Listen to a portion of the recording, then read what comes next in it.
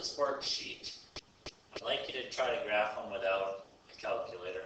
So I'm going to show you how to do that. So you have x plus 3, that means the graph is going to go left 3, and it's going to go down 1.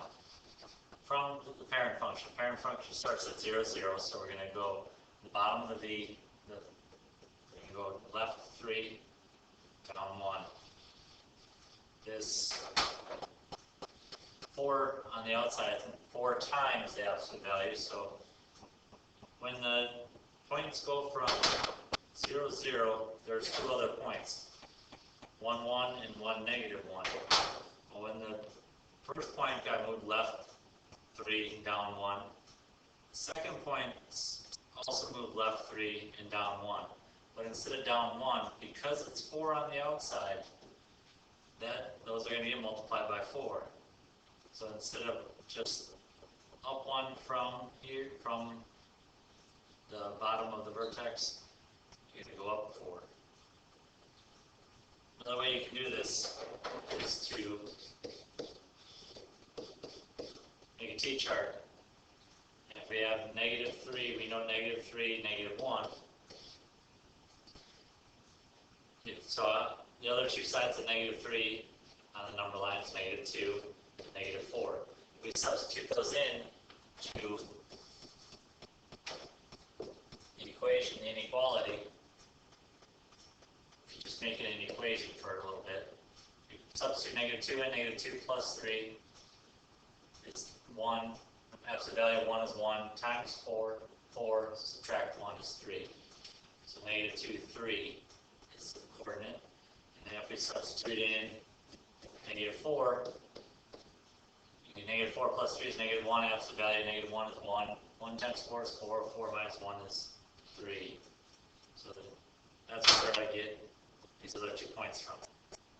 And then absolute value, we're going to look at, it's just less than. Less than is a dashed line.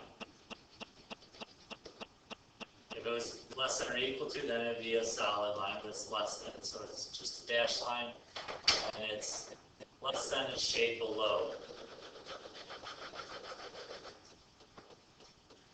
The second problem, number 2. So we have, this would mean right 3, but there's something a little different with this problem. Usually it's just x here, but now it's 3 times x. So instead of right 3, you can kind of think of this here as you're going to use it for division. Instead of multiply by 3, you're going to divide by 3. So it'd really only be right. So it's 3 divided by 3 is 1. So we go right 1 with our bottom of the V. And so you go right 1. So it starts at 0, 0. I'm going to go right 1. And then we can use t-chart again. From 1, the 2 x values that are on the left and right of 1 is 0 and 2. So if I substitute 0 in, 3 times 0 is 0, minus 3 is negative 3, absolute value negative 3 is 3, times 2 is 6. So 0, 6 is one of my points. And then 2, substitute 2 in. 3 times 2 is 6, minus 3 is 3, times, or absolute value of 3 is 3, times 2 is 6. And you see that absolute values are symmetrical. One side is always the same as the other, or opposite side. So 2, 6. Not equal to, so again it's dashed. And then it's greater than, shade above. So that's inside. It's above the line. Over here with number 3, again, so we have, should be left 1, but because of this 2, we're going to divide by 2, so it's only left a half. And it's up 5. So left 1/2 and up 5 here. And because this is a negative on the outside, it's going to be reflected. So it really got reflected right away, so it's upside down. So let's put in some coordinates. X, Y. So if X was, let's put in 0. 2 times 0, 0. Plus 1 is 1. Absolute value 1 is 1. Opposite is negative 1. Plus 5 is 4. So we have 0, 4. And let's put in negative 1. 2 times negative 1 is negative 2. Plus 1, negative 1. Absolute value of negative 1 is 1. Opposite of that is negative 1 plus 5 is 4. So we have negative 1, 4. You can substitute it. If you want to keep going, you can go with negative 2. Substitute that in. 2 times negative 2 is negative 4 plus 1 is negative 3. Absolute value is 3. Opposite, negative 3 plus 5 is 2. So we have negative 2, 2. And if you add 1, put 1 in, you're going to get the same 1, 2. So we have it's equal to. Since it's equal to, we're going to have a solid line. And then it's less than. Since it's less than, we shade below. I know I missed spots. Oh well. With number 4, I wrote it a little different. This is left 1. Instead of the 5 usually being over on the right side of the absolute value, I have it on the left. This would be up 5. You could really rewrite this problem. I did this in class, but in case you missed it, 5 is positive, so you could write it like this also. So we have left 1, up 5, and then you can either substitute numbers in if you'd like. So you can do, you can put in 0 into the equation. So that's 1, absolute value of 1 is 1, times 6 is 6, plus 5 is 11. So this only goes up to 9, so 10, 11. So if you're drawing these graphs, they're not perfect. They're close. They're not perfect. So you get 0 is 11, and if you have negative 2, you're also going to get 11.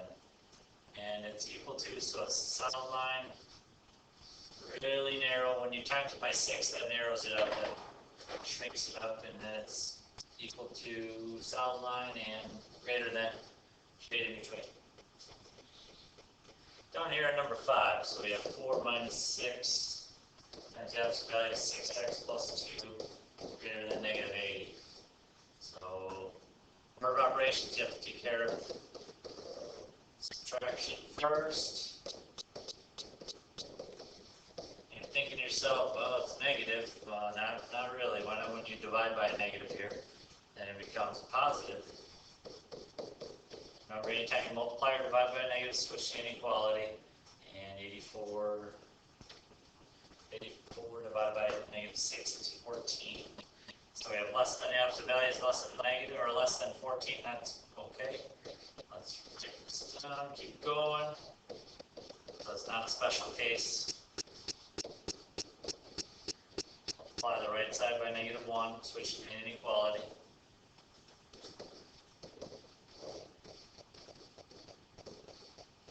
Divide by a positive number so the inequality stays the same. Over here, 16, we're divided by a positive number again, so the inequality does not switch, but it becomes, let's reduce that to negative 8 over 3, that's greater than. So we have, on the number line, x is less than 2. You can do it on the line or above, less than 2, and x is greater than negative 8/3, which is negative 2.6. Greater than to the right. When they shade towards each other, you can just shade in between. That's it, just in between. So that is the answer.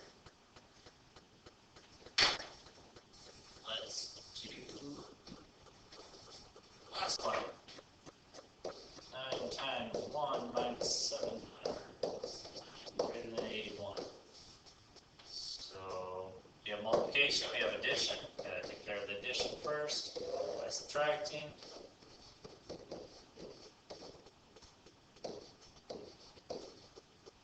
Divide by 9.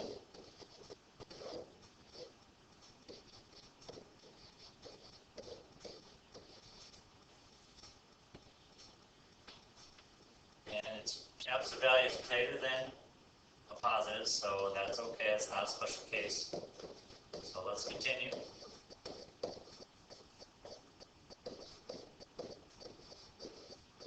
On the right side by -1. There's no absolute values, so then there's no rules with negatives within inequalities. So I divided by a negative, so switch to inequality.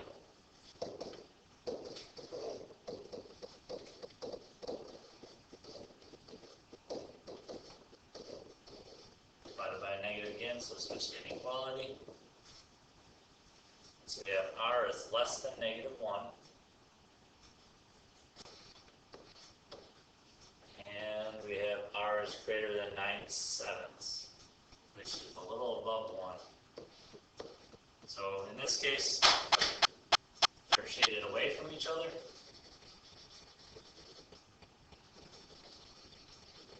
Oh, and I never wrote the other one either. But this is going to be written x is less than -1, and it's an OR problem, or x is greater than 9/7. Going back to the other problem, this is x is in between always less than signs, and it was -8/3 is the left side here, and 1 is on the right side. So it's always the smallest number to the biggest number. -8/3 is smaller than 1. So as long as you always have x in the middle and always less than, it's always smallest to biggest. So there's an and an or problem. Thank you.